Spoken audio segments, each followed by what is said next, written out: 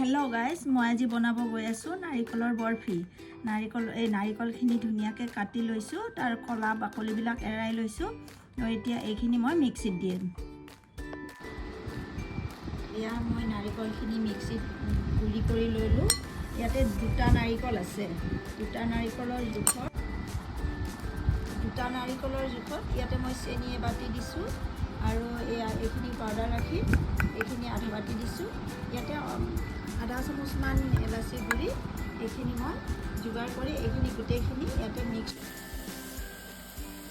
ইয়াতে গাখীৰখিনি দি দিলোঁ।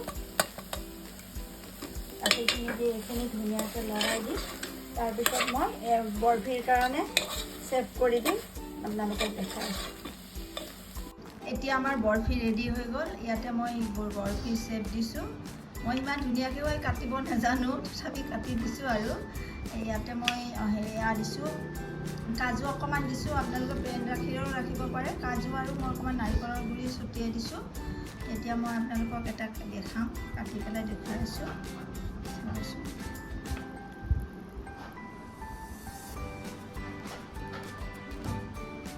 এয়া চাওক কিমান ধুনীয়া হৈছে বৰফিটো।